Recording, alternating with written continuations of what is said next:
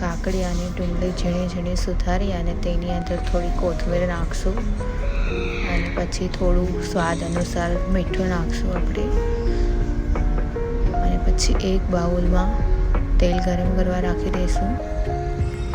તેલ આવી જાય એટલે એમાં જીરું નાખશું અને પછી થોડો મોટો લીમડો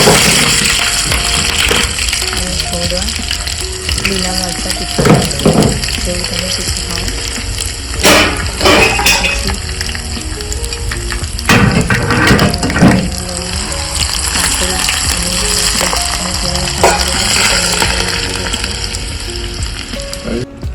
પછી થોડું ઉપર દહીં નાખશું અને સારી રીતે મિક્સ કરી દઈશું.